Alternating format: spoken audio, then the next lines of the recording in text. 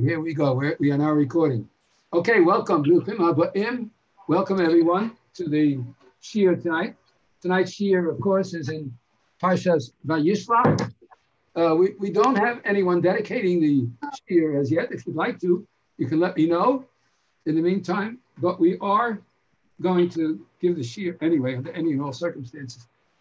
This Parsha's Vayishlach, is a very interesting Parsha because it's another example of something we spoke about in Lech Lecha, which is Maaseh Avos. Rabbi, excuse me, could you mute everybody, please? Yes, we're going to do that. Yes, of course. Thank you. Okay. We'll mute everybody. Okay. Get to the mute part. Okay, let me get to once again. Okay.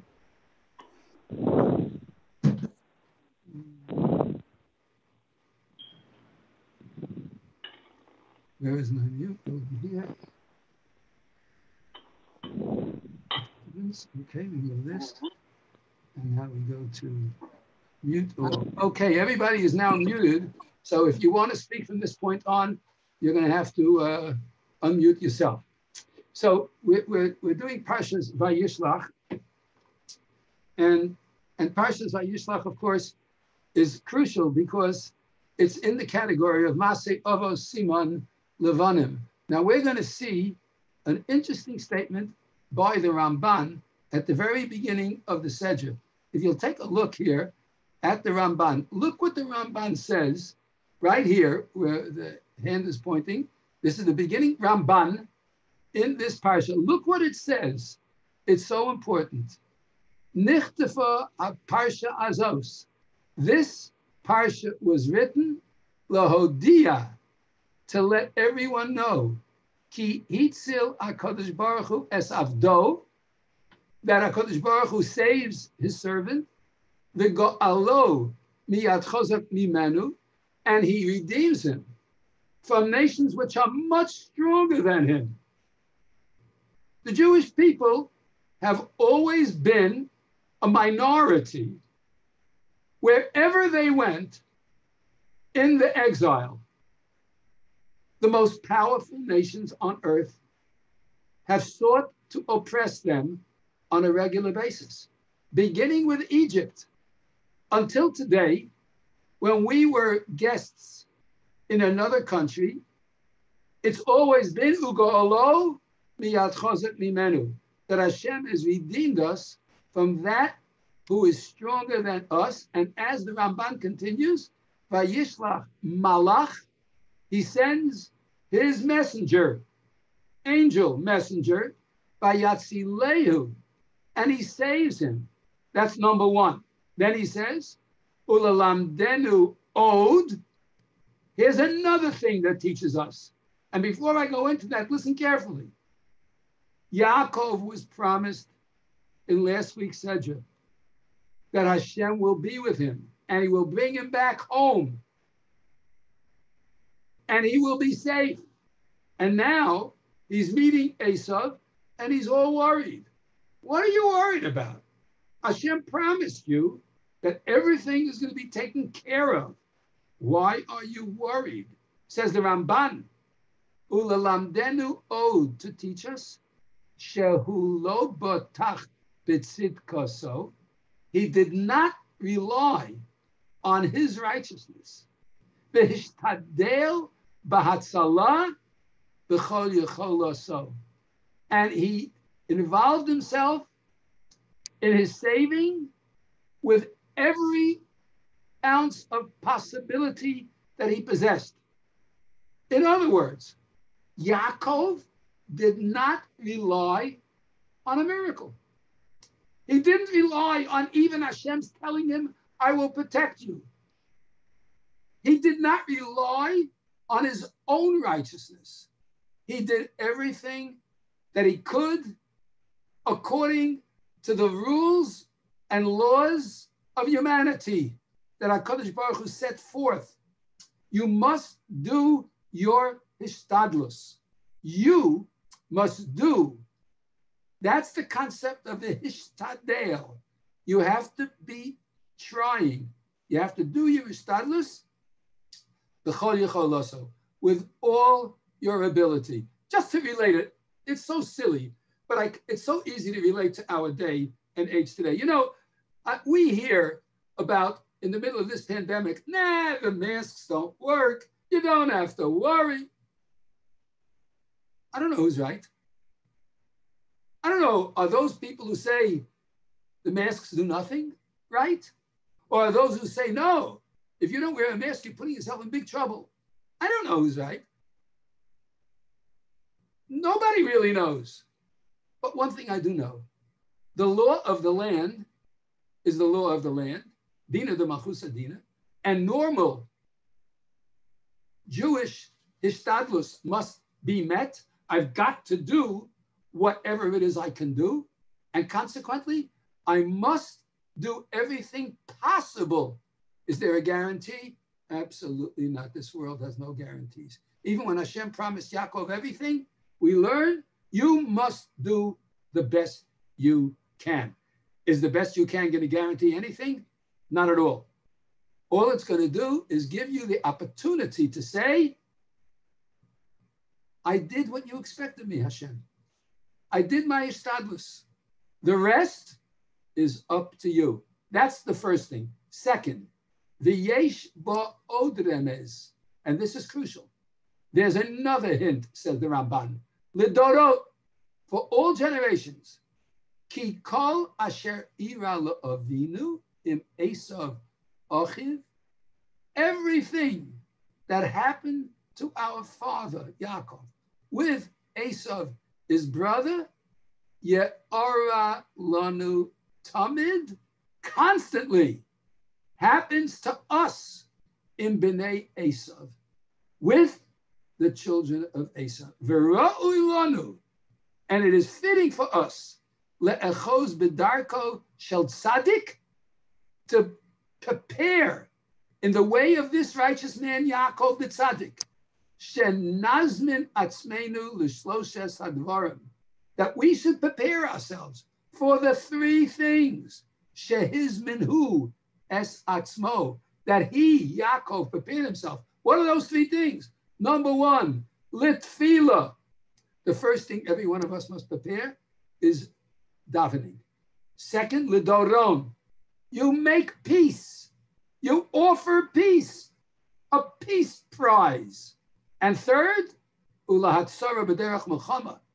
And you prepare yourself for war, livroach, to flee, keep your passports current, uluhinotzel, and to be saved, ukvara'u avosenu haremez hazeh, and our rabbis have seen this hint, min Parsha azos kasher hazkir, in this Parsha, which I will mention, and we're going to look at that later on in Perek Lamed Beis. The Ramban is opening Vayishlach with the clarity that every Jew must have. When you go to meet the Bnei Esav, you have to do your hishtadlus and prepare for prayer, for peace, and if necessary, for war.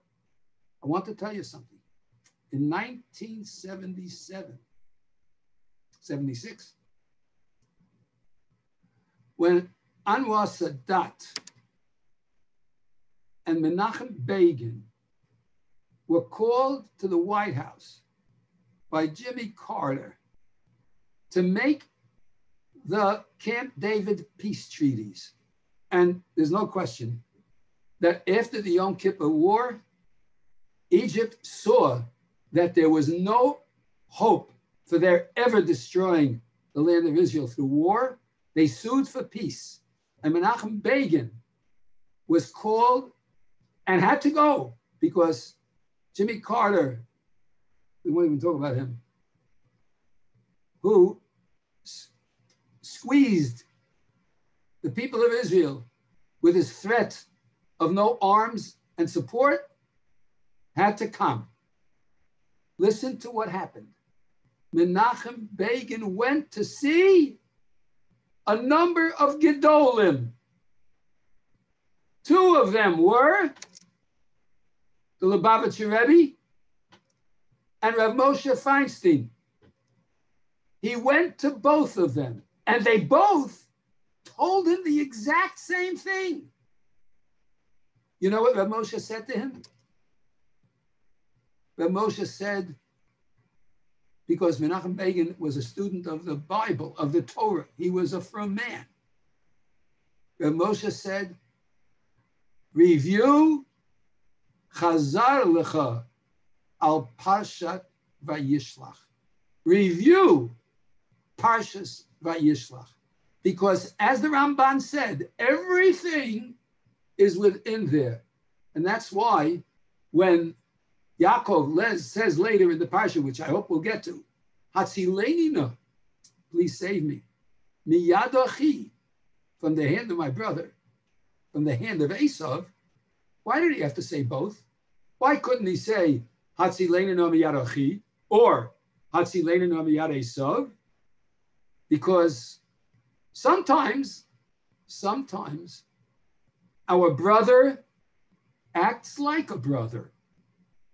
And when that brother acts like a brother, we get complacent. That we're safe. Yaakov said, God, do me a favor. Save me from the hand of my brother. Because when he puts his arm around me, and when he assures me we're the same, I'm in big trouble. Because if I give up who I am and become the same like him, I'm not Yaakov, I'm not Yisrael, I'm not the Jewish people. On the other hand, when Esav is coming at me with his Esav hate, I may be in big danger, but I know it's coming and I can prepare for three things. So this is the Ramban's beginning of this particular section. We're now going to go back to the Sukkim itself. And it says like this. Vayishlach Yaakov malachim lefanav.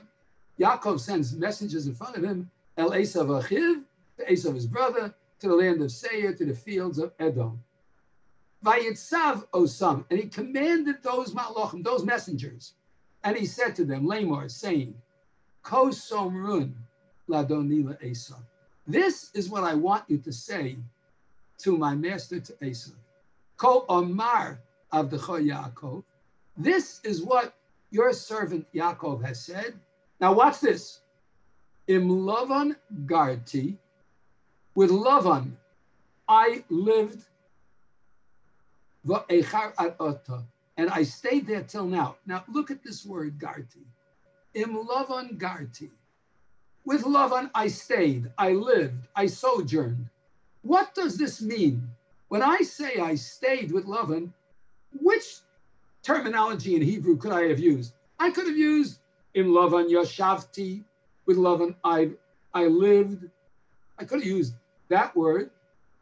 I could have used perhaps another word. There are so many words which mean I lived. But here I use the word Garti, which comes from the word ger. I lived as a stranger in the house of Lavan. Rashi, very interestingly enough, on this particular pasuk, Rashi makes the following comment. Look what he says. Rashi says it like this. He says, in Lavan Garti, look what he says. With Lavan I lived. Now, we already explained that the word Garti means from the word ger. So Rashi says the first thing, Lo naseiti sarvachasha elager. I never become important. I remained a ger. I'm not going to go into that now. If we have time, we'll get back to it later. I want to look at the second pshat. Look at this interesting pshat that Rashi says. Dover acher. That's what the Dalet Aleph means. Garti b'gematria taryag. Take a look at the letters. Garti, Gimel Reish, Tov Yud. They are the exact same letters as Tov Reish Yud Gimel. Garti b'gematria taryag. The word Garti means 613. What's he trying to say? Kelomar, says Rashi. This is so fascinating. As if to say, Im Lavan Garti, I lived with Lavan. The Taryag mitzvah shamarti. And the 613 mitzvahs I guarded. V'lo lamadati mimasav hadam. And I didn't learn from his evil deeds. What is Yaakov coming to Esav and telling him here? What is he telling him? Why does he have to say, Lavan, I want you to know when I was by Esav, I want you to know, when I was by Lavan, I kept all 613 mitzvahs. Now, first of all, that's not so. It's impossible for a human being to keep all 613 mitzvahs. It's just impossible. Figure it out. Some mitzvahs can only be observed when you're in Eretz Yisrael. Some mitzvahs can only be observed by males. Some mitzvahs can only be observed by females. There are some mitzvahs that can only be observed if you own land. There are some mitzvahs that can only be observed if you're a Kohen or a Levi. There are some mitzvahs that can only be observed if and when you're blessed with children. And there are some mitzvahs you can only observe at certain times of the year. So how could Yaakov, besides all this, since when does a Jew go around saying, I want you to know, I kept all 613 mitzvahs? That's a rather boastful statement, which doesn't seem to be in keeping with the truth nature of this man, Yaakov, who was a man of truth, as we say, Titain Emes Liyaakov. So there are a number of different interpretations on this for this particular statement. I could give you quite a few of them, and I'm going to give you quite a few of them in order that we get some clarity on this particular statement. Okay. First of all, the Chassam Sofer. The Chassam Sofer comes along and says, I want you to notice what Rashi said. It doesn't say V'taryag mitzvos kiyamti. It doesn't say I kept all 613 mitzvos. It says V'taryag mitzvos shomarti. The 613 mitzvahs I guarded. You and I, both male and female, we can't keep all 613 mitzvahs. But each and every one of us has the possibility to guard the Torah. We're a shomer Shabbos. We're a shomer Torah u'mitzvos. We guard it. We protect it. We may not keep all 613 at any moment, but we're constantly erecting fences, protectives around the Torah. And that's what Yaakov's saying. It's true, I wasn't home. I couldn't keep Kibbutz aim. I wasn't there. And we're going to see later on that was a big one. But I did guard. That's the first explanation. That the Chassam Sofer says he guarded. I want you to know that the Kedushas Levi comes along. The Kedushas Levi was Reb Levi Yitzchak of Berditchev. And Reb Levi Yitzchak of Berditchev, had his own unique approach to what's going on in the Torah. Esav is coming at Yaakov, and he hates Yaakov. What's the reason behind this hate? So from last week's session, we learned the reason behind the hate was because, 2 weeks ago actually, he told us that according to Esav, Yaakov stole the bracha from him. It wasn't true at all. That was a lie. He had given the bracha. He sold the bracha, but he reneged on that sale. He didn't want to keep his word. So he blamed Yaakov for stealing it, which is always, that's just the way things are. When it comes to Esav, Esav says, the Jews did it. An Iranian chief of atomic energy is killed, possibly by his own people, and right away, the Jews did it. Whether they did it or they didn't, I don't know. But the first reaction, the Jews did it. It's always the Jews. Not so. Esav and others, they're out to get the Jews. And the Levi Yitzchak Berditchev comes along and he says, look, you hate me because you think that I stole the blessing. What was the blessing that I got? The blessing that I got was I will get from the dew of the heavens and from the fats of the land. What did Yaakov come to meet Esav with? Take a look in the Psukim later on. It says, I have oxen and donkeys. Oxen and donkeys is not the fat of the land and the dew of the heavens. It's possessions, that's true. But you have that too. I didn't get the blessings. I didn't get the blessings of the promise that Yitzchak gave me, that I'll get the dew of the heavens and the fat of the land. So maybe you'll think to yourself, oh, listen, Yaakov, I know why you didn't get the blessings. You didn't get the blessings because you didn't keep the mitzvahs. And Yitzchak, our father, said, the only time I'm going to be able to be victorious over you is when Yaakov throws the yoke of responsibility off his shoulders and doesn't guard the mitzvahs. So therefore, Yaakov is saying, listen, Esau, there is absolutely no reason for you to hate me. I kept all the mitzvahs, so you can't say that I was a bad boy and therefore didn't get the blessing. I just didn't get the blessing at all. You don't have to hate me. Whatever father said, he said, but I didn't get the blessing. And that's why he says, Im Lovan Garti v'tayag mitzvah shamarti, I kept all 613 mitzvahs, but I still didn't get all the blessings. A third interpretation is one that was given by Yitzchak Leib, Yitzchak Zelig from Yitzchak Zelig Morgenstern, who comes along and he says a very interesting thing. Let's take a look at the words in Lavan Garti. What do those words mean? I lived with Lavan. Now, what was Yaakov doing for 22 years living with Lavan? Was he sitting in the base medrash all day? He was worked to the bone by Lavan taking care of his flocks. He was busy constantly with all kinds of hard labor. All those years, as he said himself in last week's Sedge at the end, Achalani Achalani, I ate ice at night and the heat in the day. He was constantly busy with work. He was busy, you might say, earning a living. He was busy in the secular world. Yaakov for 22 years was not learning Torah on a full-time basis. He was busy raising his family. He was busy with all the things that Lavan put on him. Oh, look at this. This is so relevant. Im Lavan Garti. I've lived with all the teachings of Lavan. I've lived as a Lavan. I lived going to work from 9 in the morning till 9 at night. I lived making a living for my family.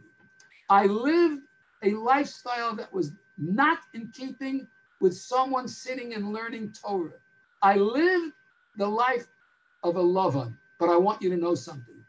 Despite the fact that I lived a secular so-called lifestyle, despite the fact that I lived a work-a-day, shouldn't say secular, despite the fact that I lived a work-day life cycle, the life of a Lavan, I want you to know, Im Lavan Garti, even though I lived a Lavan type existence, you should know the Taryag Mitzvah Shamarti. That's the gift of being a Jew. That even when we live in a Lavan existence, even when we have no choice but to spend our day trying to make a living, which every one of us does, we try to make a living. And the yetzer, the desire to be like everybody else.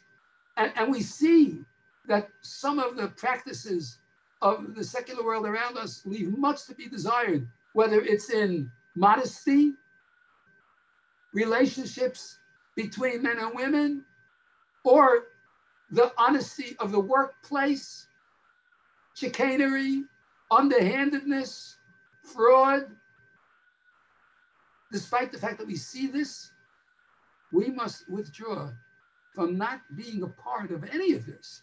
Because even if in Lavan Garti, even if we're living a Lavan type existence, nevertheless, the Taryag Mitzvahs Shamarti, we have the possibility and the responsibility of continuing to do the job of guarding the 613 mitzvahs. Reb Meir Shapiro takes it one level more. You have to look at this last line in Rashi. Look at what the Lubliner Rav does with this last line of Rashi. Let's review this last line again. Dova acher, garti b'gematria tarya. The word garti in gematria is 613 kilomar, as if to say, im lavan garti, with lavan I live, the taryag mitzvah shamarti, and I kept all 613 commandments.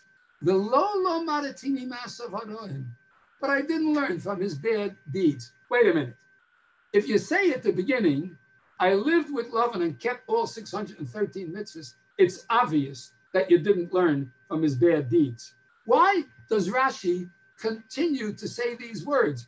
Not only did I live with Lavan and guard all 613 commandments, but I didn't learn from his evil deeds. What do you mean I didn't learn from his evil deeds? Of course I didn't learn from his evil deeds. Along comes Meir Shapiro, and he says a fantastic idea. You know, have you ever seen some of the enthusiasm, you might say the gusto, that people get involved with all kinds of negative actions? They put their lives into it. They put every last ounce of koach and strength they have into it. It's like a person is judged when he comes to the Olam HaEmes. He comes to the world to come. And Hashem says, okay, let's bring out the mitzvahs this person did. And they trot out the Shabbos, they trot out the davening, they trot out tzedakah, and each of the mitzvahs that come out, they're there. The mitzvahs are there, but they're limping. The mitzvah of Shabbos is there, but he's limping along a little bit, you know. And the mitzvah of davening is he's covering his mouth, you know, like as he walks, because when he was in the shul, and instead of davening, he went like this to his neighbor. That's one fella in the shul. He sits, he talks to his neighbor. He goes like this, you know.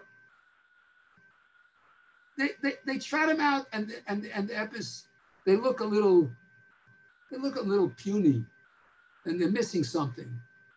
And then they say, okay, let's bring out the Averis the guy did. And all of a sudden, you see these big football spieler type guys coming out. So along comes Meir Shapiro and says, you know, I notice when Lavan gets to do his thing, there's so much enthusiasm on his part. He is so gung-ho whenever it comes to fulfilling his evil intentions. It's got every last ounce of his strength involved in it. Yaakov is saying to Esav, I want you to know I'm not that great. Don't think I'm the perfect mister over here. I kept all 613 mitzvahs, says the Meir Shapiro. But with all that, I still didn't learn from Lavan and his evil deeds how to put my whole self into the performance of those mitzvahs. I wish I would have had the gusto, the joie de vivre that Lavan had when he was full of his chicanery. I wish I could approach the performance of mitzvahs the same way. I wish I could sit and learn with as much full attention as some people who put their minds into full attention to accomplish certain things in life. I didn't learn that from Lavan. And so Yaakov was not boasting. Yaakov was talking reality. In Lavan Garti, with Lavan I stayed, the Taryag Mitzvah Shamarti, but don't think I'm that great. And therefore there's no reason for you to hate me. I'm not Mr. Perfect. And none of us are. None of us are Mr. Perfect. Let's go back to the psukim here again. We go back to the psukim. Now, the Psukim go on, and they tell us that they come back to Yaakov, and they come to the brother Esav, and he's coming with 400 men. And it says that Yaakov was very afraid, and he divides up the camp. And he says one of them will obviously survive. All right? And he speaks about all of his shortcomings, and he ends off with this. Hatzileni na, please save me. Miyad achi, from the hand of my brother. Miyad Esav, from the hand of Esav. You know why? Ki yorei anochi oso, because I fear him. Now wait a second. Who does he fear? The brother or Esav? Is he more afraid of Achi when he's my brother, or is he more afraid of Esav, the wicked? I guess you could pick which one you think Yaakov was more afraid of. Personally, I would say, based on some of the writings of Rashi and others, that he was more afraid of the Achi. What they call in the United States of America the silent Holocaust is the dissolution, the total lack of Jewish loyalty that exists on the part of so many of our brothers and sisters, because they join with the Achi. We're both the same. I think Yaakov is saying, I'm more afraid of the Ach than I am of Esav. But I want you to take a look at the Targum Yonasan ben Uziel. He says an unbelievable thing. Now, the Targum Yonasan ben Uziel, for those who don't know, is a Targum that was said not by the Onkelos, but by the famous Tana, Yonasan ben Uziel. Yonasan ben Uziel was one of the greatest rabbis of the Gemara. He was one of the students of Rabbi Yochanan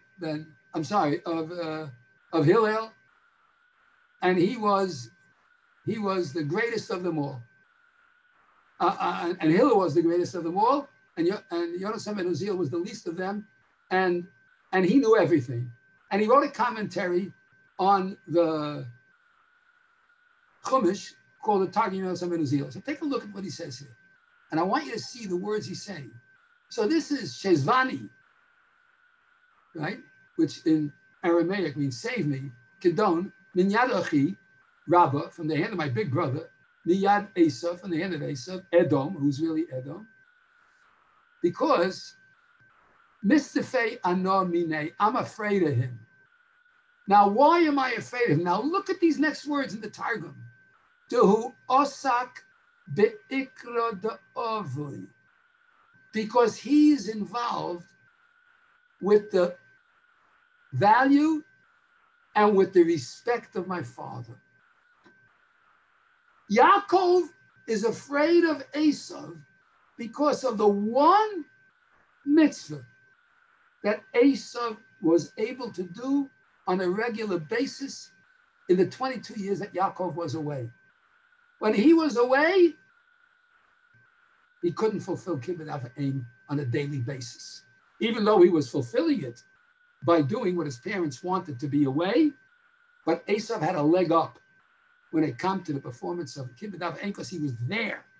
And Targum Yonasan is saying that when it says, save me from the hands of my brother, from the hand of Esav, because I'm afraid of him, I am afraid because Dehu Osak be'ikra da'ava, because he's involved in kibbud av v'ein, and I could not be involved in kibbud av v'ein. Unbelievable statement. We're going to take a look at a further Ramban, which is going to help us understand a little bit more about what it means when it says that we have a responsibility to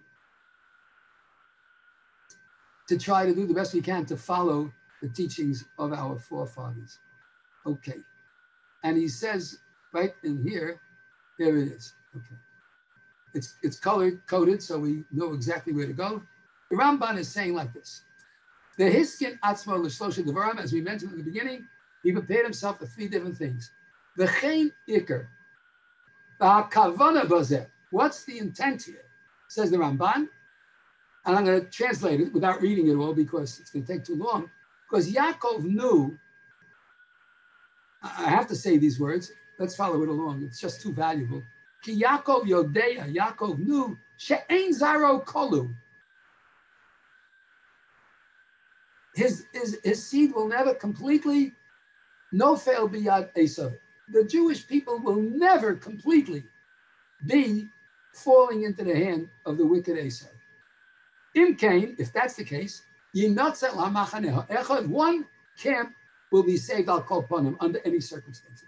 The Gamzeh, and also this, Yirmaz is hinting, shel lo yigziru aleinu ben Esav limchos eshenenu.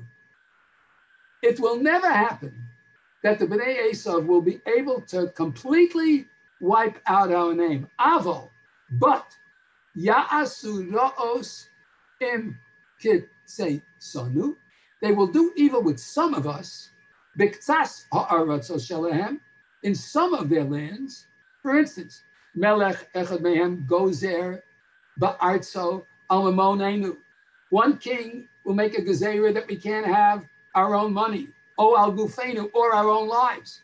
Umelech acher, and there'll be a king in another land, merachem b'makomo, he will have mercy in his place, umatzel ha'pleitim, and actually save the rest of the Jews.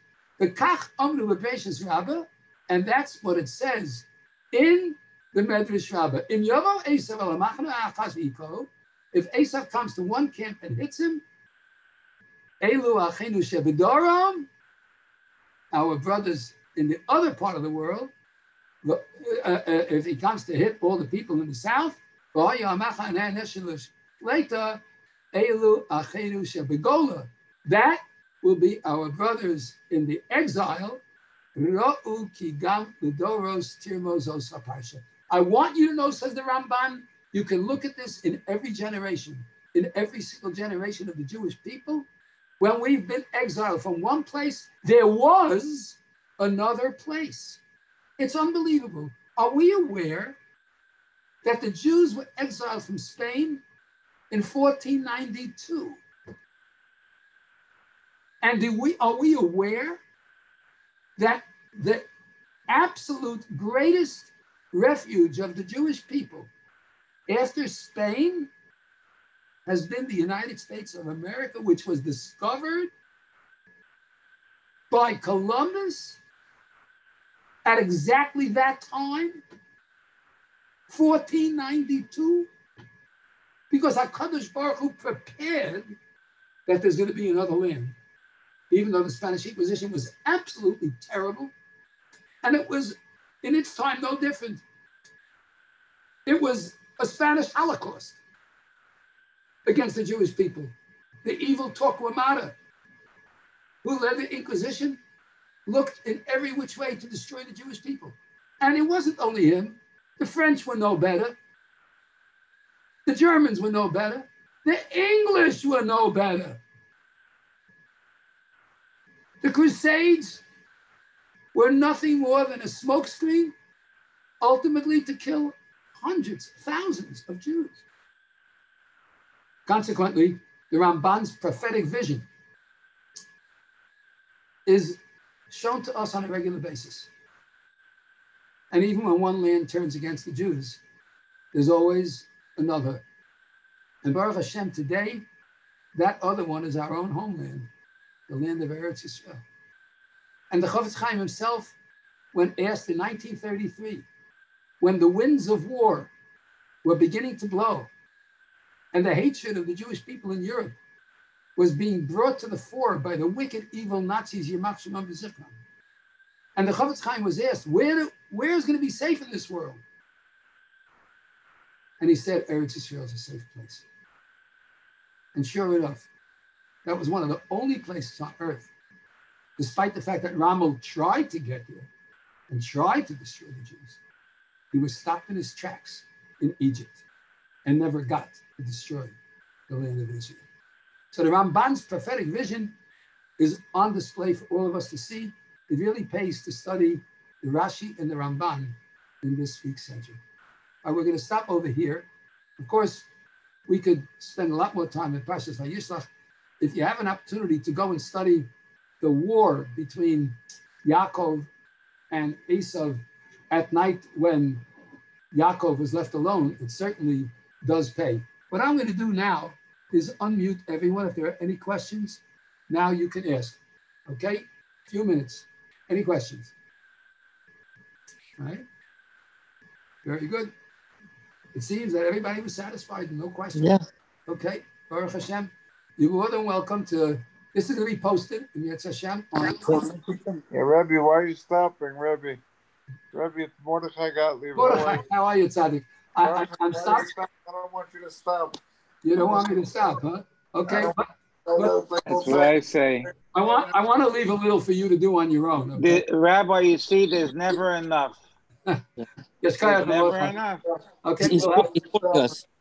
Yeah. Yetz Hashem. Yetz Hashem. We will get to the next step in Yetz Hashem. So I want to invite you all to join with us in Yetz Hashem next Thursday night. Okay. I want to remind you that Motzai Shabbos this week we start saying the same Tal Umator Livracha. Motzai Shabbos, first time we're going to say the same Tal Umator Livracha. Okay, so that's just a reminder for the Motzai Shabbos. And on Tuesday night, please don't forget, we do have a shiur at 8 o'clock. The Tuesday night Yitzchak Dov Rottenstein shiur in Masechta Makos. We are moving ahead with the next sugya on Tes Vav, I believe. Tes Zayin or Tes Vav? Tes Zayin. Tes Zayin towards the bottom. We're getting there. And we're moving ahead with that. Now, I invite everyone to join together with us on Tuesday night. Thank you all for joining with us. Thank you. So we wish you all Thank you, Rabbi. wonderful Shabbos. Amen v'esrim. Amen. A good Shabbos. Rebbe, it's Mordechai. Good Shabbos. Rebbe, Good Shabbos. I want a quick question. Okay, quick question. Go ahead. The battle. Go ahead. The Thursday night is going to be after Hanukkah left. Of course. Well, 8:30. 8:30 is way after Yeah, Hanukkah it's left. dark. Yes. okay. The understanding is that by that time you will have already lit Hanukkah. Yes. Okay. Tuesday night Hanukkah? All right. Thursday night. Thursday. Tuesday night also 8 o'clock. Thursday night is the first candle. first candle. Yes. Right. Yeah. Yeah. Okay, we're going to be serving donuts Thursday. Virtually. But we're going to serve the round ones with the hole. Yeah. And on Zoom, everyone gets the hole. Uh-huh. All right? Okay, good. Rebbe, a große Shekoich and a guten Shabbos. And by the way, check out the Parsha video and get ready to dance. The what? Get ready to dance when you check out the Parsha video. Oh, yeah. It was very good. Excellent. Okay? Yeah, So I want to wish everyone a very, very good Shabbos. So Thank you. Good Shabbos, Mordechai, Rebbe. do me a favor. Mordechai Rottenstein, do me a favor. Yeah. Give me a call on my cell phone. Soll sein gesund, everybody. Take care. Have a good night. Rebbe, Mordechai Gottlieb loves you. He says I'll call you tomorrow. Okay, I'll talk to you tomorrow, Mordechai. I love you too. Sei gesund. Have a good night.